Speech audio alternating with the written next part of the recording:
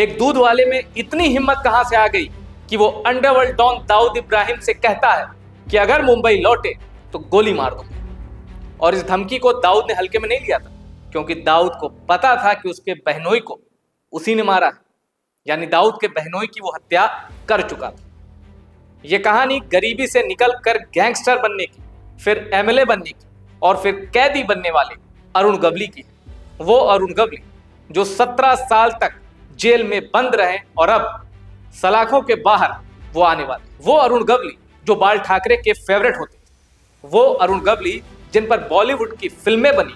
अर्जुन रामपाल ने उनका किरदार निभाया और कहा कि अरुण गवली जैसे दिखते हैं, जिनके बारे में जो प्रचार किया जाता है असलियत तो कुछ और है। बड़ा हंगामा हुआ था। तो अरुण गवली के जीवन से जुड़ी 10 कहानियां, 10 ऐसे राज जो बहुत कम लोग जानते हैं, आइए इस रिपोर्ट में जानते हैं। सबसे पहले जानिए उस कहानी के बारे में जिसकी वजह से अरुण गवली 17 साल से ज्यादा समय तक सलाखों के पीछे रहे।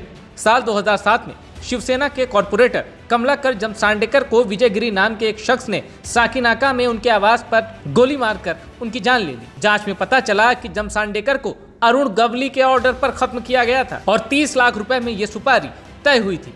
जमसांडेकर और आरोपियों के बीच एक जमीन के सौदे को लेकर भारी विवाद था। अरुण गवली को इस मामले में मई 2008 में अरेस्ट किया गया। उस वक्त वो चिंचपोकली से एमएलए था। इसके बाद निचली अदालत में 2012 में अरुण गवली को दोषी ठहराया गया। आजीवन कारावास की सजा सुनाई गई थी। बाद में बॉम्बे हाई कोर्ट ने भी निचली अदालतों के आदेश को बरकरार रखा था। जेल में रहकर अरुण गवली ये समझ गया था कि अगर सलामत रहना है तो राजनीति से रिश्ता रखना बहुत जरूरी है। अरुण गवली ने अखिल भारतीय सेना नाम की अपनी पार्टी बनाई। साल 2004 में दक्षिण मध्य मुंबई लोकसभा सीट से चुनाव लड़ने लगा। भले ही वो जीत नहीं पाया, लेकिन 93,000 वोट हासिल करके अरुण गवली ने साबित कर दिया कि उसकी पकड़ अपने इलाके में बहुत मजबूत है। और अरुण गवली ये चुनाव अपने भतीजे सचिन अहिर की वजह से हार गए, क्योंकि वो एनसीपी में चले गए थे और इस चुनाव में वो नंबर 2 पर रहे थे। शिवसेना के मोहन रावले ये चुनाव जीत गए थे। उसी साल विधानसभा चुनाव हुए और इस बार गवली ने बाजी मार ली। अपराध की गलियों से निकलकर Arun Gawli member of legislative assembly यानी एमएलए बन गया और उस विधानसभा सीट का नाम था चिंचपोकली। अब आपको बताते हैं कि जराइम की दुनिया में अरुण गवली ने कैसे कदम रखा। 1980 में अरुण गवली रामा नाइक की गैंग से जुड़ा। इस दौरान उसकी दोस्ती दाऊद इब्राहिम और छोटा राजन से हुई। दाऊद इब्राहिम के कंसाइनमेंट के काम की देखरेख भी कुछ वक्त तक अरुण गवली ने की। दाऊद और अरुण की दोस्ती कुछ समय तो ठीक चली, लेकिन फिर एक दिन गवली का भाई गैंग वॉर में मारा गया। इसके बाद गवली ने अपना गैंग बनाने का फैसला किया, क्योंकि अरुण को पता था कि उसके भाई की मौत के पीछे दाऊद गैंग का हाथ है। अरुण गवली ने जगह और वक्त तय करके अपना बदला पूरा किया। 26 जुलाई 1992 मुंबई के नागपाड़ा में अरुण गवली के 4 शूटर्स ने दाऊद इब्राहिम के बहनोई इब्राहिम पारकर की गोली मारकर हत्या कर दी। मुंबई पुलिस को भी ये पता था कि अरुण गवली ने अपने भाई पापा गवली की हत्या के जवाब में इब्राहिम को मारा है। इस हत्याकांड ने दाऊद को झकझोर कर रख दिया था।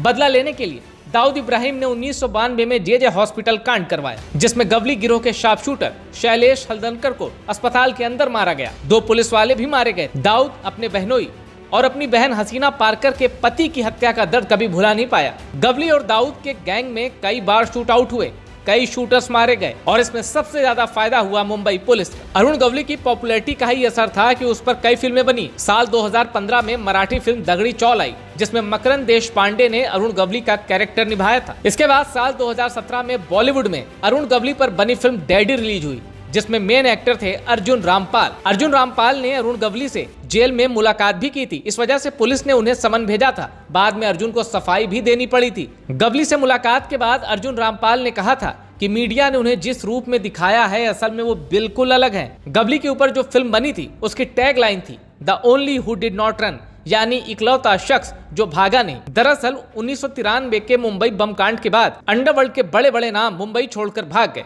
लेकिन अरुण गवली मुंबई में ही टिका रहा। साल 1977 में अरुण गवली ने सदाशिव पावले उर्फ सदा मामा से हाथ मिलाया और कहा जाता है कि इसी के साथ मिलकर अरुण गवली ने पहला क्राइम किया था। 1980 में अरुण गवली ने बायकुला कंपनी ज्वाइन की। उस वक्त ये बड़ा बदनाम गैंग हुआ करता था, जिसे रामा नाइक, बाबू रेशिम चलाते थे। रामा नाइक अरुण गवली का स्कूल मेट भी था। इसी गैंग को BRA गैंग कहते थे। B का मतलब बाबू, R का मतलब रामा और A का मतलब अरुण।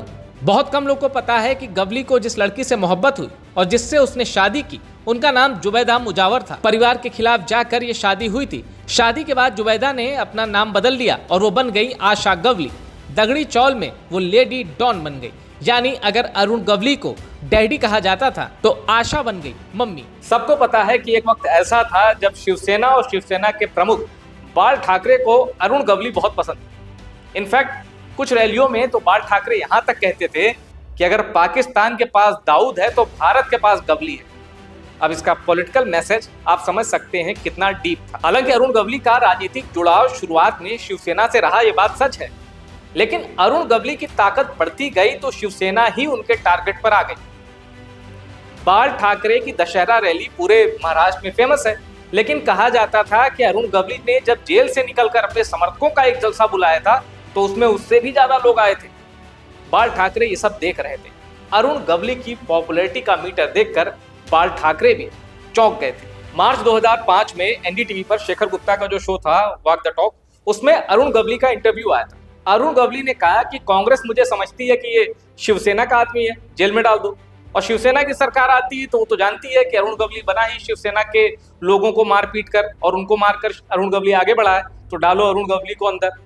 अरुण गवली को लगा कि ये इनकी राजनीतिक चक्की में मैं पिस रहा हूं।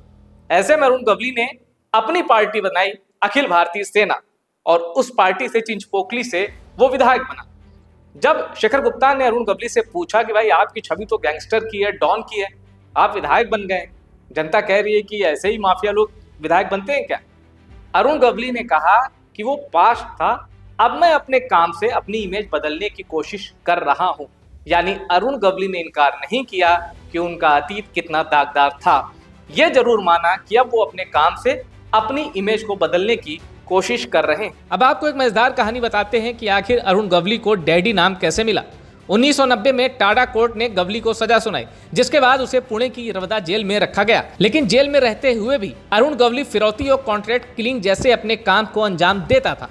कैदी उसे डॉन बुलाते थे और जेल से बाहर आने के बाद वो डैडी नाम से फेमस हो गया। पुणे के कारोबारी अरुण गवली के नाम से खौफ खाते थे। डैडी के नाम से कॉल आ गई तो कारोबारियों के पसीने छूट जाते थे। पुणे की यरवदा जेल में अरुण गवली साल 2004 तक रहा। साल 2009 में गवली ने जेल में ही रहते हुए विधानसभा चुनाव लड़ा। गवली चाहता था कि उसकी पार्टी अखिल भारतीय सेना का विस्तार हो, लेकिन 2009 में अखिल भारतीय सेना के सभी 20 कैंडिडेट हार गए। यकीन करना मुश्किल है कि जिसके नाम से मुंबई कांपती थी वो अरुण गवली कानून के आगे बुरी तरह सरेंडर था। अरुण गवली ने बॉम्बे हाईकोर्ट की नागपुर बेंच में कुछ साल पहले एक याचिका दायर करके महाराष्ट्र सरकार के गृह विभाग की ओर से 2006 में जारी हुए एक सर्कुलर का हवाला दिया और कहा कि जिन दोषियों ने 14 साल की सजा काट ली है और जिनकी उम्र 65 साल के पार हो चुकी है, उन्हें जेल से रिहा किया जा सकता है। इसके साथ ही अरुण गवली ने अपनी याचिका में कहा है कि उसे फेफड़े और पेट से संबंधित तमाम गंभीर बीमारियां हैं। उन बीमारियों के मेडिकल डॉक्यूमेंट भी अरुण गवली ने याचिका के साथ लगाए थे। वो चाहता था कि हाईकोर्ट उस पर रहम खाने की सोचे और मामला बीच में न लटक जाए। जेल में करीब 17 साल बिताने के बाद अब अरुण गवली खुली हवा में सांस लेने का इंतजार कर रहा है और कुछ ही दिनों में अरुण गवली जेल से बाहर आ रहा है।